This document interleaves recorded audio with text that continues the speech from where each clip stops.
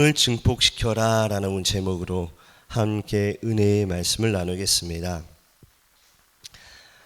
우리는 살아가면서 미래에 대한 많은 꿈을 꾸며 많은 계획을 하며 또한 많은 그림을 그리며 살아가고 있습니다. 그래서 어떻게 보면 내가 어떤 그림을 그리냐에 따라 현재의 우리의 삶이 진취적으로 나아갈 때도 있고 아니면 태형적으로 나아갈 수도 있다는 것입니다. 결과적으로 보면 자기가 그린 그림 속에서 한 생애를 살아간다라는 것이죠.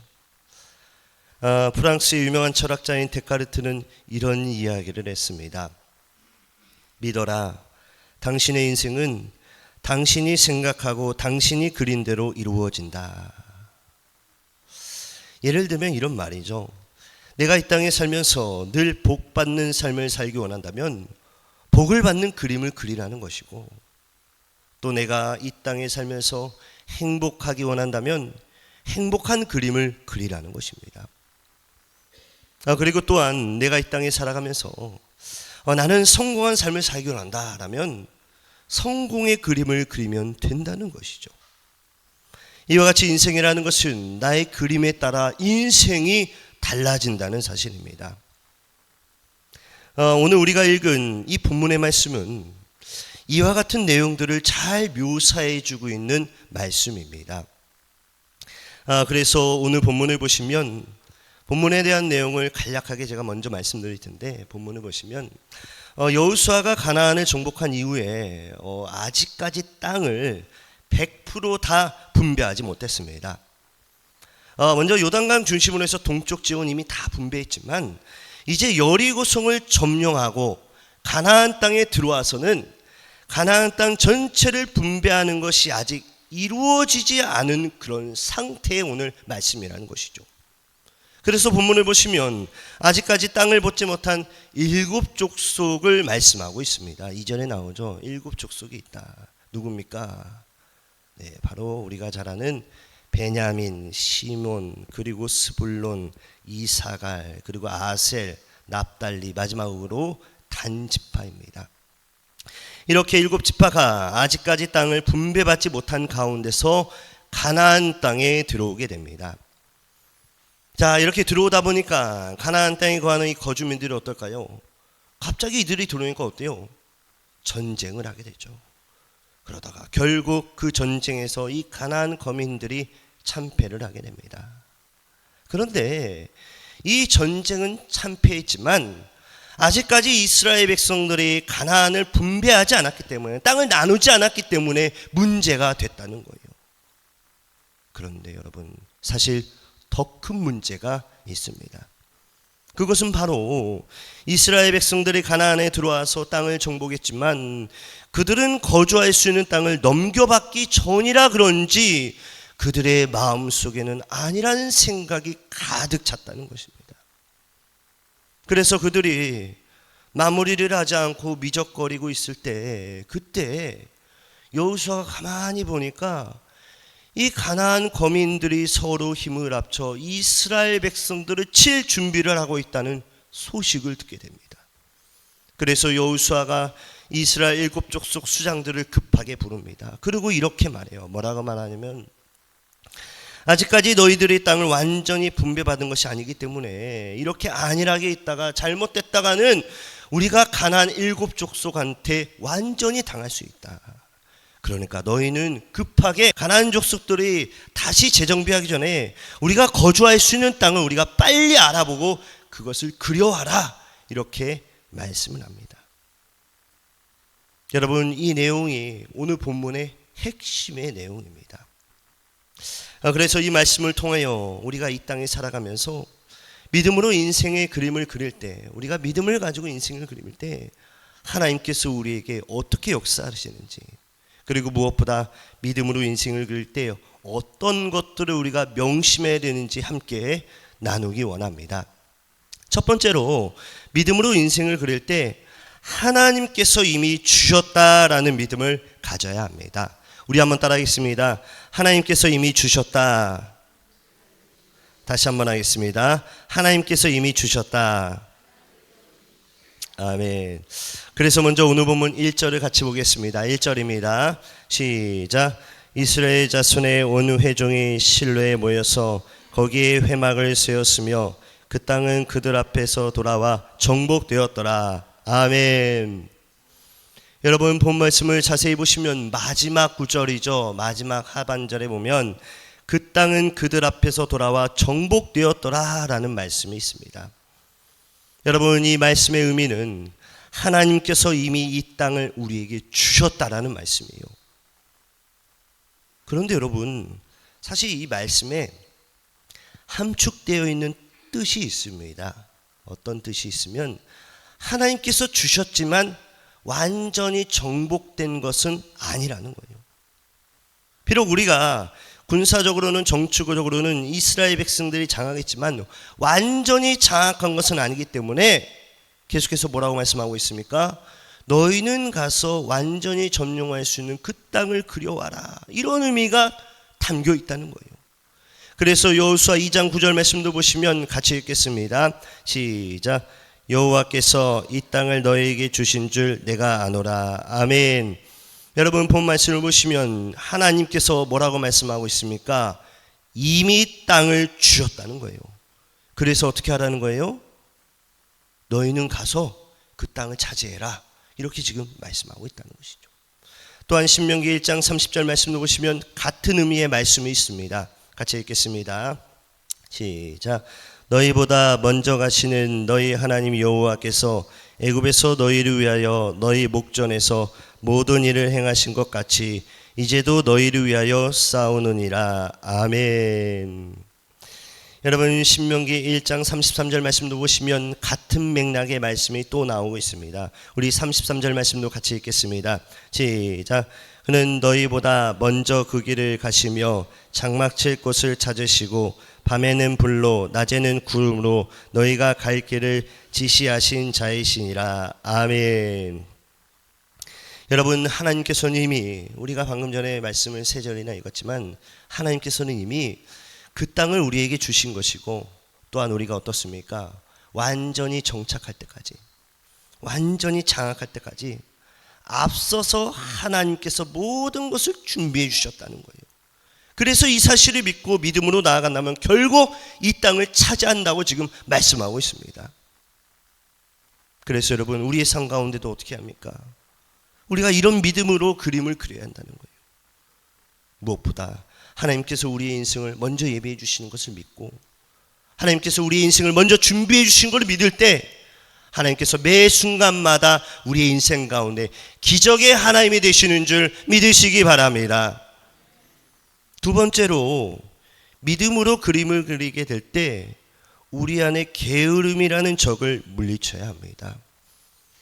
우리가 믿음으로 그림을 그릴 때, 우리가 믿음으로 기도를 할 때, 우리가 믿음으로 살 때 이 게으름이라는 적을 물리쳐야 한다는 거예요. 그래서 3절 말씀을 보시면 우리 같이 읽겠습니다. 오늘 본문 3절입니다. 시작. 여호수아가 이스라엘 자손에게 이르되 너희가 너희 조상의 하나님 여호와께서 너희에게 주신 땅을 점령하러 가기를 어느 때까지 지체하겠느냐. 아멘. 여러분 이 말씀을 보시면 이 말씀은 너희들이 언제까지 느적거리겠느냐 이런 말씀이죠. 그죠? 언제까지 느적거리겠느냐. 다시 말씀드리면 이 말씀은 너희가 왜 적극적으로 나아가지 못하냐 이런 의미도 가지고 있다는 거예요. 쉽게 말하면 이렇습니다. 너희가 왜 이렇게 게으르냐 이렇게 지금 호통치고 있습니다. 그러면 왜 이스라엘 백성들이 방금 읽었죠? 왜 적극적으로 나아가지 않았을까요? 왜 게으르게 나아갔을까요? 네, 그것은 바로 하나님의 크신 경륜을 그들이 이해하지 못하기 때문에 그렇습니다. 또한 더 나아가 하나님의 섭리와 하나님의 계획을 그들이 바로 깨닫지 못한 결과 그들이 게으른 모습을 계속해서 보이고 있다는 것이죠. 그러나 사실 이들이 게으를 만한 이유가 없습니다. 왜 그러냐면 요단강을 건너기 전에 아까 전에도 말씀드렸지만 요단강을 건너기 전에 동쪽에 있는 한 일부를 이미 하나님의 약속대로 땅을 받았습니다. 어느 지파가 그 땅을 받았어요. 다시 말씀드리면 하나님의 기적을 이미 그들이 봤다는 거예요. 그런데 그 사실을 봤음에도 이 나머지 7지파들은 왜 하나님의 뜻을 깊게 받아들이지 못하고 어떤 마음을 가졌으면 어떻게든 되겠지. 하나님께서 계속 인도해 주셨으니까 언젠가 하나님이 땅을 주시겠지.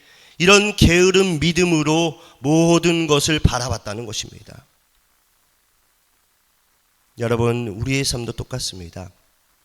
우리의 인생 가운데 어려운 일이 있어요. 어떤 역경이 있습니다. 그런데 이 상황을 하나님 원하시는 적극적인 믿음으로 나아가야 하나님이 도와주시지, 그냥 일반적인 생각으로, 일반적인 믿음으로 하나님이 도와주시겠지, 이쯤 되면 도와주겠지, 해결해 주겠지, 이런 막연한 게으른 믿음을 가지고 있다면 하나님의 역사가 우리의 삶 가운데 일어나지 않는다는 것입니다. 성경에 보시면 그 예로 사무엘상 17장에 다윗의 이야기가 나옵니다. 여러분, 다윗은 항상 적극적인 믿음을 소유하고 있었습니다. 그래서 무슨 일이든지 그것이 하나님께서 내게 맡기신 일이라고 생각되면 그는 지체하지 않고 항상 적극적인 모습으로 하나님께 나아가는 종이었습니다. 그렇기 때문에 하나님께서 다윗과 늘 함께 해주셨습니다. 여러분도 잘 아시다시피 사무엘상을 읽으면 권력의 싸움이 나옵니다. 그렇죠? 권력의 싸움이 무엇입니까? 골리앗과의 싸움이 나오죠. 이 말씀을 쭉 읽어보시면 그때 당시에 그들, 자기 형들, 다윗의 형들입니다. 다윗의 형들과 주변에 있는 이스라엘 사람들은 어떻습니까? 골리앗을 바라보면서 벌벌 떨었어요. 그렇죠? 사실 이들은 하나님을 믿는 족속이었어요. 형들도 하나님 뜻대로 살려는 사람이었습니다. 믿음 있는 사람이었다는 것이죠. 그런데 골리앗을 바라보고 환경을 바라보고 어땠다는 것입니까? 벌벌 떨었다는 거예요. 그러나 다윗은 그 장면을 보고 뭐라고 말했습니까?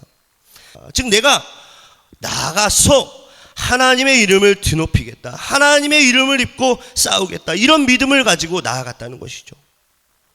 다시 말씀드리면 자기의 어떤 기술이 아니라 여호와의 이름을 부르며 나아갈 때 하나님께서 그런 모습을 보고 다윗에게 큰 힘을 주시고 골리앗을 이길 수 있는 그런 축복을 주심을 믿으시기 바랍니다.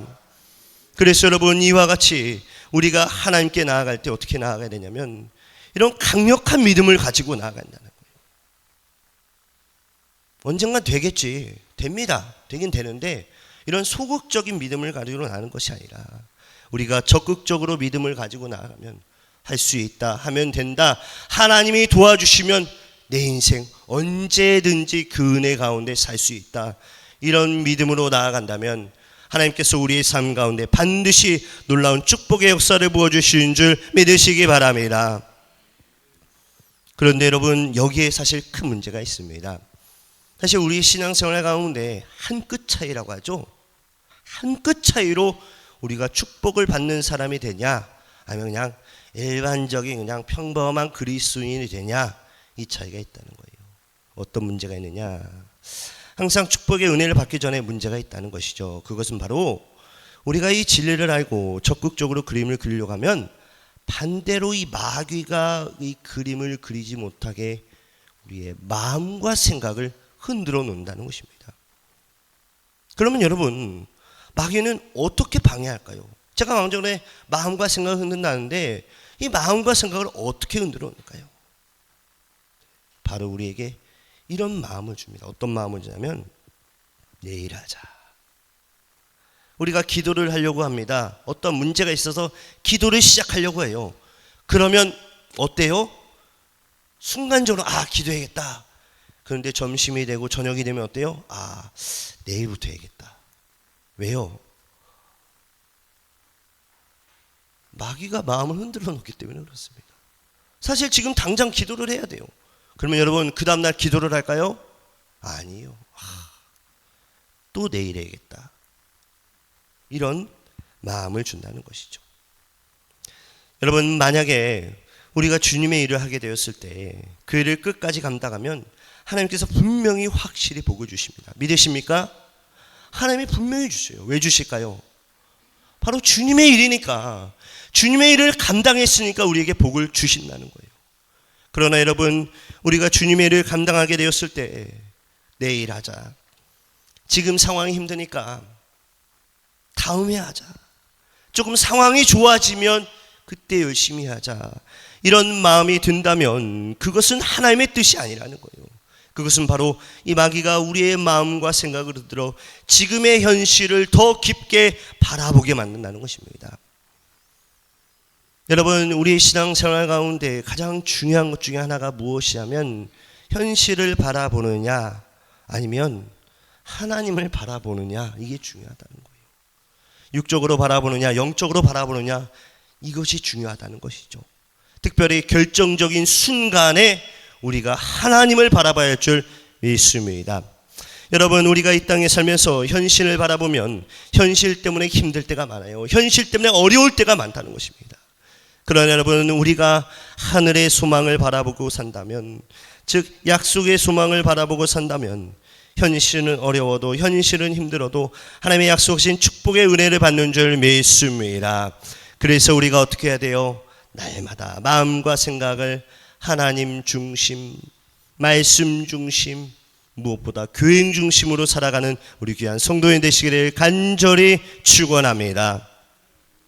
세 번째로, 믿음으로 그림을 그릴 때 구체적으로 꿈을 그려야 합니다. 여러분, 우리가 어떠한 어려운 일이 있을 때 기도를 합니다. 그죠? 기도를 하는데 이 기도를 뭐 약간 둥그스름하게 기도하기보다는 구체적으로, 아주 구체적으로 하나님께 기도해야 한다는 거예요. 한 예를 들게요. 제 친구 중에 이 친구가 배우자를 놓고 기도했습니다. 하나님, 저는 이런 배우자를 하나님 원합니다. 키 170에 아주 꿈도 크죠. 여자를 놓고 했는데, 자매를 놓고 했는데 170에 뭐 얼굴은 이렇게 생겼고, 뭐 집안은 이렇고, 한참 기도했어요. 그게 1년이 되고 2년이 되고 오늘 한 3년째 됐나요? 교제한다는 소식을 들었습니다. 그리고 한 1년 후에 이제 결혼한다는 소식을 들었어요. 너무너무 축하할 일이어서 축하했죠. 그리고 한 몇 년 뒤에 우연찮게 이제 연락이 돼서 또 연락이 됐는데, 이 친구 하는 말이 에라, 왜? 네. 기도는 더 구체적으로 해야겠다. 왜? 했더니 내가 다 여러 가지 외형, 집안 다 기도했는데 하필이면 성격을 기도하지 않았네. 그래가지고 매일같이 나를 달달 볶는데 아주 내가 고통 속에 살아가고 있다, 이러는 거예요. 제가 그 이야기를 듣고 어떤 위로를 했을까요? 현석아, 걱정하지 마라. 모든 남자들이 그러한 고통을 갖고 살아간다. 이게 다 하나님의 은혜인 줄 믿어라. 이렇게 말하고 있어요. 왜?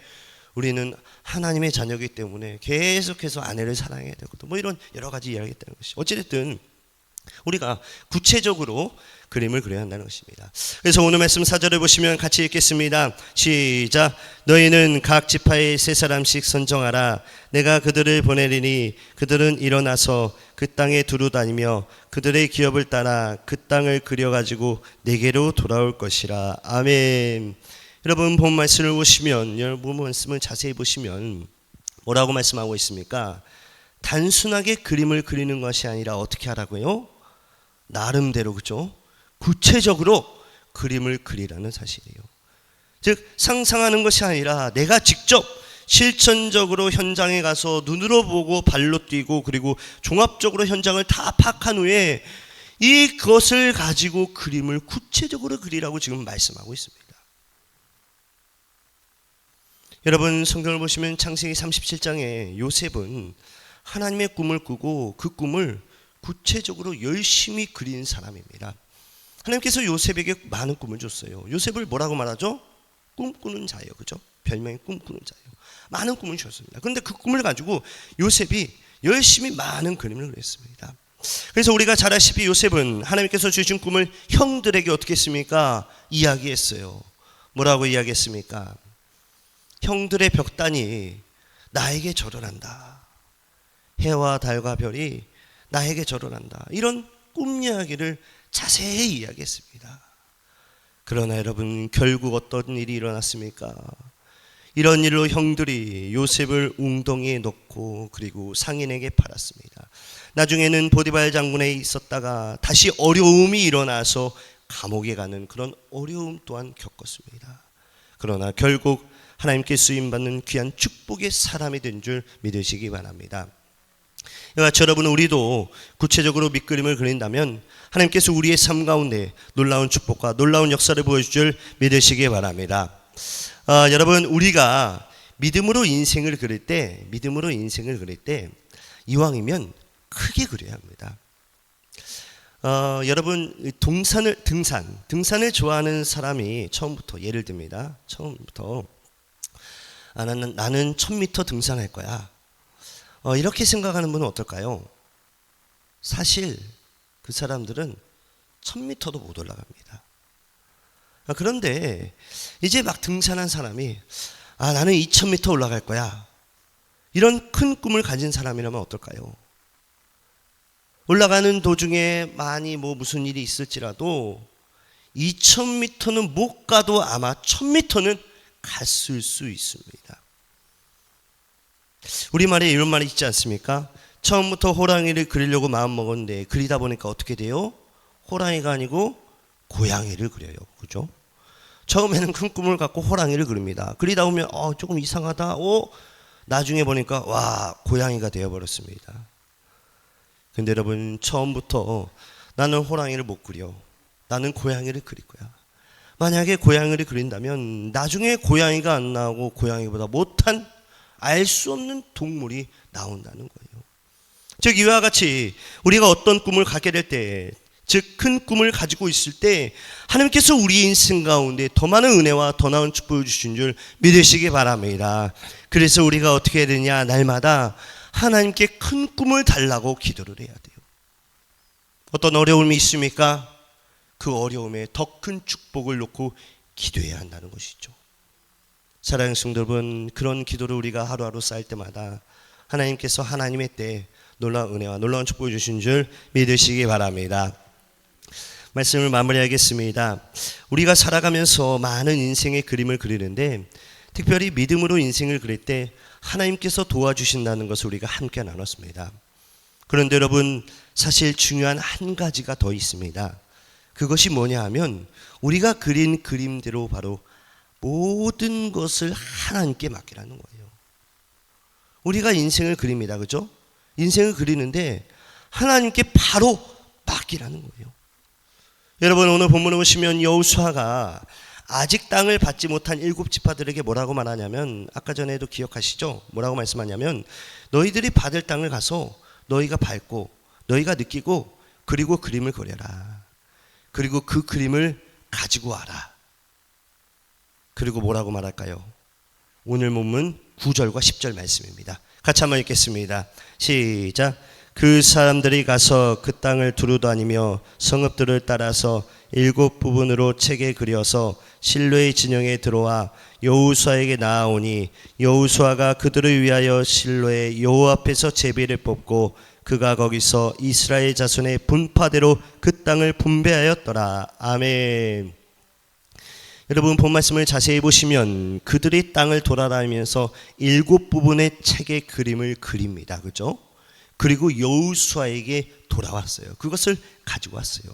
그리고 그들이 실로 앞에서 뭐 했습니까? 실로 앞에서 제비를 뽑았다는 거예요. 제비를 뽑았다라는 거예요. 그리고 그 땅을 분배했다라고 말씀하고 있습니다. 여러분, 여기서 제비를 뽑았다는 말씀은 인간의 뜻대로 하지 않고 하나님의 뜻대로 했다는 것이죠. 즉 모든 그림을 그들이 직접 보고 직접 느끼고 직접 그리지만 그들이 어떻게 했다는 거예요? 결정적인 순간에 하나님께 모든 것을 내놨다는 것이죠. 여러분, 제가 만약에 이 지파 족장이었다면 땅을 탐정하고 그리면서 이 땅은 내 땅이 되고 싶다라는 마음이 들었을 거예요. 그렇죠? 좋은 땅을 보면 갖고 싶잖아요. 예를 들어서 우리 사촌이 갑자기 강남에 100평을 준다. 받습니까? 안 받습니까? 할렐루야 하면서 받죠. 그죠? 안 받은 사람이 없어요. 받아요. 그런 딸이 분명히 있었어요. 그런데 이들이 어땠다는 거예요? 그것을 다 내려놓고 실로에 가서 하나님께 내놨다는 거예요. 내놨다는 것이죠. 즉 하나님의 뜻에 맡겼다는 것입니다. 그래서 그들이 어떠한 결과를 맞게 되느냐, 그 땅을 맡겼을 때 하나님께서 그 지파에게 맞는 축복의 땅으로 주셨다는 것입니다. 그래서 여러분 잠언서 16장 3절 말씀을 보시면 같이 읽겠습니다. 시작. 너의 행사를 여호와께 맡기라. 그리하면 너의 경영하는 것을 이루리라. 아멘. 여러분, 너의 행사를 여호와께 맡기라. 그리하면 너의 경영하는 것을 이루리라. 아멘. 여러분, 이 말씀은 저희 목양실에 들어오자마자 딱 보이는 성경 구절입니다. 저는 이 말씀을 하루에도 수십 번 읽어요. 수십 번 읽습니다. 나의 모든 인생을 여호와께 맡기라. 그리하면 하나님이 나의 인생을 이루어 주시리라, 도와주시리라. 이렇게 말한다는 것이죠. 사랑하는 성도 여러분, 사업을 하시는 분이 계십니까? 아니면 직장 생활 하시는 분, 아니면 다른 자녀를 키우시거나 아니면 또 다른 여러 가지 일을 하시는 분이 계십니까? 여러분의 모든 인생을 하나님께 맡길 때 하나님께서 우리의 모든 인생을 이끌어가 주실, 축복해 주실 믿으시기 바랍니다. 그래서 이어서 잠언서 16장 9절 말씀도 보시면 같이 읽겠습니다. 시작. 사람이 마음으로 자기의 길을 계획할지라도 그 걸음을 인도하시는 이는 여호와시니라. 아멘. 사랑하는 성도 여러분, 우리가 아무리 치밀하게 그림을 잘 그렸다 할지라도 그게 끝이 아니란 말이에요.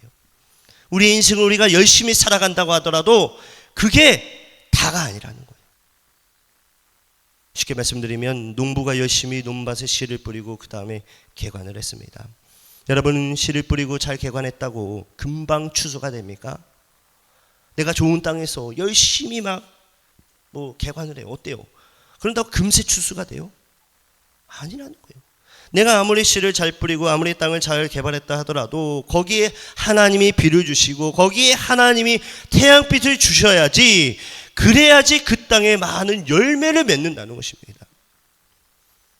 여러분, 우리의 인생의 그림도 똑같습니다.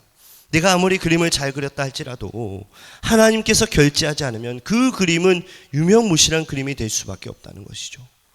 그러나 우리가 말씀의 원리대로, 오늘 말씀대로 하나님 뜻대로 우리가 그림을 잘 그린다면, 다시 말씀드리면 하나님께 모든 것을 맡긴다면 하나님께서 그 그림을 보시고 우리의 인생을 보시고 하나님의 때에 하나님의 은혜로 덧입혀 주시는 줄 믿으시기 바랍니다.